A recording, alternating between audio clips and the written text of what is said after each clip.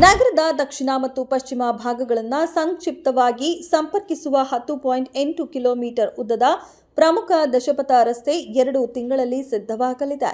ಈ ದಶಪಥ ರಸ್ತೆಯು ಚಲಗಟ್ಟಾದಿಂದ ಮಾಗಡಿ ರಸ್ತೆಯ ಕಡಬಗೆರೆ ಕ್ರಾಸ್ವರೆಗೆ ವಿಸ್ತರಿಸಿದೆ. ಇದು ನೈಸ್ ರಸ್ತೆಗೆ ಸಮಾನಾಂತರವಾಗಿ ಸುಮಾರು 2 ಕಿಲೋಮೀಟರ್ ದೂರದಲ್ಲಿದೆ.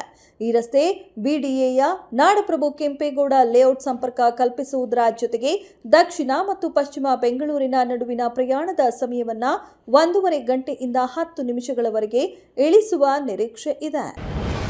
ಐಸಿಸಿ ಚಾಂಪಿಯನ್ಸ್ ಟ್ರೋಫಿ ಮುಗಿದೊಡನೆ ಈ ಬಾರಿಯ ಐಪಿಎಲ್ ರಂಗೇರಲಿದೆ. ವಿಷಯ ಏನೆಂದರೆ, ಮಾರ್ಚ್ 23ರಂದು ಚೆನ್ನೈನ ಚಿದಂಬರಂ ಕ್ರೀಡಾಂಗಣದಲ್ಲಿ ಚೆನ್ನೈ ಸೂಪರ್ ಕಿಂಗ್ಸ್ ವಿರುದ್ಧ ನಡೆಯಲಿರುವ ಪಂದ್ಯದಲ್ಲಿ ಮುಂಬೈ ನಾಯಕ ಹಾರ್ದಿಕ್ ಪಾಂಡ್ಯ ಆಡುತ್ತಿಲ್ಲ. ಕಳೆದ ವರ್ಷ ಐಪಿಎಲ್ ಪಂದ್ಯದ ವೇಳೆ ಅವರು ಮಾಡಿದ ಎಡವಟ್ಟುಗಳಿಂದಾಗಿ ಒಂದು ಪಂದ್ಯದ ನಿಷೇಧಕ್ಕೊಳಗಾಗಿದ್ದರು. ಹೀಗಾಗಿ ಈ ವರ್ಷದ ಮೊದಲ ಪಂದ್ಯದಲ್ಲೇ ಅವರು ಆಡುವಂತಿಲ್ಲ. ಹೀಗಾಗಿ ಮೊದಲ ಪಂದ್ಯದಲ್ಲೇ ಮುಂಬೈ ಇಂಡಿಯನ್ಸ್ ತಂಡ ಖಾಯಂ ನಾಯಕನಿಲ್ಲದೆ ಆಡಬೇಕಿದೆ.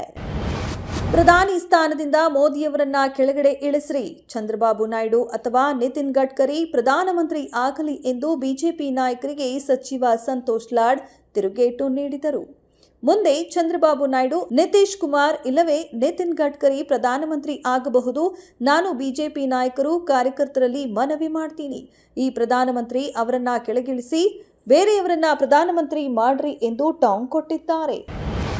ಗೃಹಲಕ್ಷ್ಮಿ ಯೋಜನೆಯ 3 ತಿಂಗಳ ಬಾಕಿ ಹಣ ಶೀಘ್ರದಲ್ಲೇ ಫಲಾನುಭವಿಗಳ ಅಕೌಂಟ್ಗೆ ಹಾಕಲಿದ್ದೇವೆ ಎಂದು ಡಿಸಿಎಂ ಡಿಕೆ ಶಿವಕುಮಾರ್ ಭರವಸೆ ನೀಡಿದ್ದಾರೆ.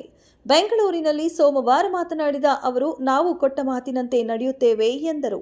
ಸಿಟಿ ರೌಂಡ್ಸ್ ಕುರಿತಾಗಿ ವಿರೋಧ ಪಕ್ಷದ ನಾಯಕ ಆರ್ ಅಶೋಕ್ ಹೇಳಿಕೆಗೆ ತಿರುಗೇಟು ನೀಡಿದ ಡಿಕೆ ಶಿವಕುಮಾರ್, ಈ ಹಿಂದೆ ಬಿಜೆಪಿಯ ಮುಖ್ಯಮಂತ್ರಿಗಳು ಬೆಂಗಳೂರು ಪ್ರದರ್ಶನ ಹಾಕಿದ್ದು ಫೋಟೋ ಶೂಟ್ ಮಾಡಲಿಕ್ಕ.